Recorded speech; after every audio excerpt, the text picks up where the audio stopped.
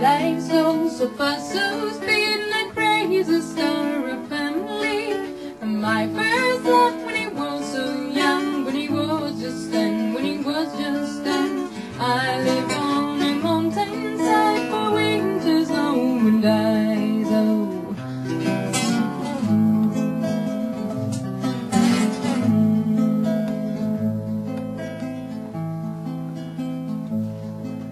And then I went in a hotel in Venice to the blue sky. I learned to speak my language. My heart is a body and mind. I start to see the sky but È un'ottima cosa l'autostop, però fa perdere anche molto tempo. C'è proprio una filosofia dell'autostoppista. Ah sì?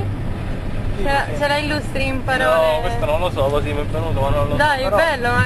Sì, ma c'è effettivamente, perché c'è gente che proprio Pronto? gira tutta l'Europa così, Andiamo.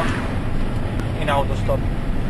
Sì, tu non ti immagini anche che Però abbiamo sempre, soprattutto peccato. stranieri, Abbiamo peccato tedeschi, Davide di tipo. Rossolini con la sua compagna che facevano l'autostop, adesso ci stanno questo. riprendendo perché stanno facendo questo progetto di autostop e spostamenti vari, ci stanno facendo l'intervista.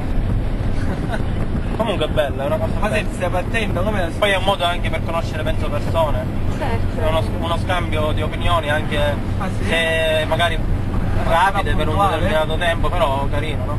Ci raccontava che dopo che fece questi 18 anni cominciò a girare in autostop e addirittura è riuscito, grazie ai camionisti che se lo caricavano sempre, ad arrivare in Thailandia, ad Amsterdam.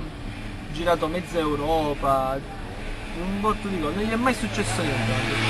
Mai, pazzo, veramente bellissimo.